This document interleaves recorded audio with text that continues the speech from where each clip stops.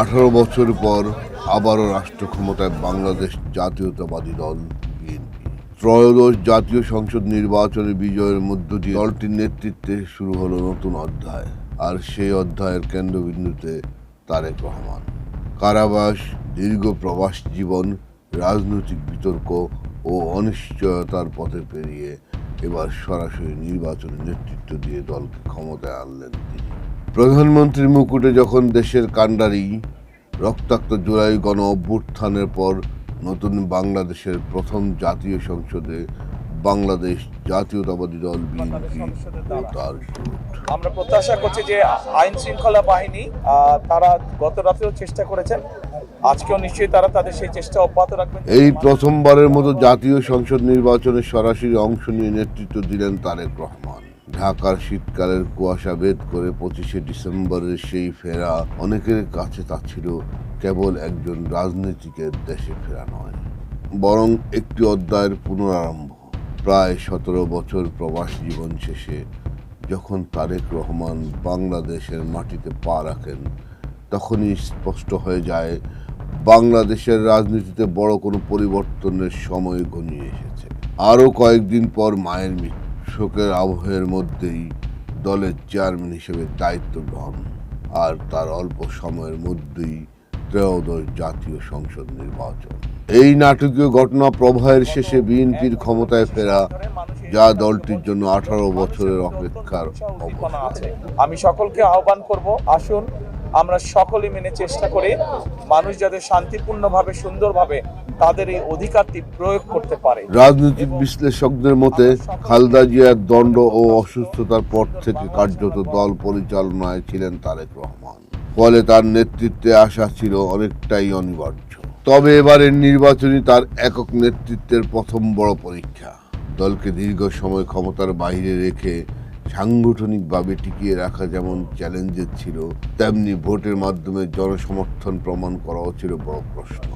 বাংলাদেশের রাজনীতিতে পরিবারতান্ত্রিক উত্তরাধিকার নতুন কিছু নয়। জিয়াউর রহমানের প্রতিষ্ঠিত দল, খালেদা জিয়ার দীর্ঘ নেতৃত্ব, এই ধারাবাহিকতার পরবর্তী কিস্তি যেন স্বাভাবিকভাবেই এসে থাকে তারেক রহমানের হাতে। 2001 সালের 8ম জাতীয় সংসদ নির্বাচনের পর সর্বশেষ সরকার গঠন করেছিল বিএনপি। এরপর 2008 সালের নির্বাচনে পরাজয়ের পর টানা 18 বছর ক্ষমতার বাইরে। এই সময় আওয়ামী লীগ টানা 4 মেয়াদে ক্ষমতায় থাকলেও শেষ 3টি নির্বাচন নিয়ে স্বচ্ছতা ও অংশগ্রহণের প্রশ্ন ছিল প্রবল। এবারের নির্বাচনে আওয়ামী লীগ অংশ নেয়নি। অন্তর্বর্তী সরকারের নিষেধাজ্ঞার কারণে দলটি ভোটে ছিল অনুপস্থিত। ফলে রাজনৈতিক সমীকরণ ছিল ভিন্ন। বসবাস করতে পারবে, ব্যবসা বাণিজ্য, চাকরি বাকরি করতে পারবে। দীর্ঘদিনের প্রধান প্রতিপক্ষের অনুপস্থিতিতে এবারের নির্বাচনে বিএনপির সামনে প্রধান প্রতিদ্বন্দ্বী হয়ে ওঠে এক সময়ের জোট সঙ্গী বাংলাদেশ জামাত ইসলাম। বিশ্লেষকদের মতে এই পরিবর্তিত বাস্তবতায় বিএনপিকে নিজেদের রাজনৈতিক অবস্থান নতুনভাবে ব্যাখ্যা করতে হয়েছে। দলটির নীতি নির্ধারকেরা চাইছেন তারেক রহমানকে মধ্যপন্থী গণতন্ত্র ও মুক্তিযুদ্ধের চেতনার প্রতি প্রতিনিধিত্বকারী নেতা হিসেবে প্রতিষ্ঠিত করতে।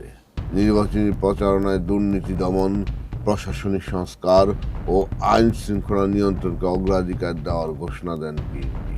নির্বাচনের 5 দিন আগে প্রকাশিত ইশতেহারে দলটি প্রতিশ্রুতি দেয়, দুর্নীতির বিরুদ্ধে কোনো আপোষ করা হবে না।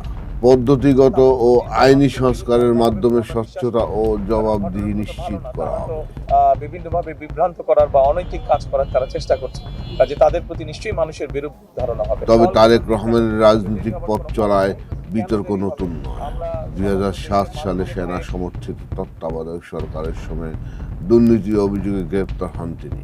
18 মাস কারাবাসের পর 2008 সালের সেপ্টেম্বরে লন্ডনে পাড়ি জমায়। প্রায় 17 বছর প্রবাসে থেকে দলের ভারপ্রাপ্ত চেয়ারম্যান হিসেবে দায়িত্ব পালন করেন। তার বিরুদ্ধে থাকা দুর্নীতির অভিযোগ ও শিক্ষাগত যোগ্যতা নিয়ে প্রশ্ন তুলে আসছে রাজনৈতিক প্রতিপক্ষরা। বিএনপি এসব অভিযোগকে রাজনৈতিক উদ্দেশ্য প্রণোদিত বলে প্রত্যাখ্যান করে। দেশে ফেরার আগে সামাজিক যোগাযোগ মাধ্যমে দেওয়া একটি পোস্টে তারেক রহমান রাজনৈতিক বাস্তবতার সীমাবদ্ধতার কথা উল্লেখ করেছিলেন, যা নিয়ে তৈরি হয়েছিল নানা জল্পনা। শেষ পর্যন্ত দেশে ফিরে তিনি দলের নেতৃত্বের আনুষ্ঠানিক দায়িত্ব নেন। ক্ষমতায় ফেরা বিএনপির সামনে এখন একাধিক চ্যালেঞ্জ: অর্থনৈতিক চাপ, প্রশাসনিক কাঠামো পুনর্বিন্যাস, আইন শৃঙ্খলা পরিস্থিতি নিয়ন্ত্রণ এবং আন্তর্জাতিক সম্পর্ক পুনর্গঠন। সবই নতুন সরকারের তাৎক্ষণিক করণীয় হিসাবে দেখা হচ্ছে। একই সঙ্গে দলীয় ঐক্য ধরে রাখা ও ভিন্ন মত সামাল দেওয়া বড় দায়িত্ব। বিশ্লেষকদের মতে নির্বাচন জয়ের মধ্য দিয়ে তারেক রহমান রাজনৈতিক প্রত্যাবর্তনের প্রতীকী সাফল্য পেয়েছেন, কিন্তু প্রকৃত পরীক্ষা শুরু হবে এখন শাসন পরিচালনার দক্ষতা, প্রতিশ্রুতি বাস্তবায়ন এবং অতীতের বিতর্ক চাপিয়ে জন আস্থা অর্জনের মাধ্যমে। 18 বছরের বিরতির পর বিএনপি ক্ষমতায় ফেরা তাই শুধু সরকার পরিবর্তন নয়, এটি বাংলাদেশের রাজনীতিতে একটি নতুন সমীকরণের সূচনা। সেই সমীকরণ কতটা স্থিতিশীল ও অন্তর্ভুক্তিমূলক হবে তা নির্ভর করছে নতুন নেতৃত্বের প্রথম পদক্ষেপের উপরে।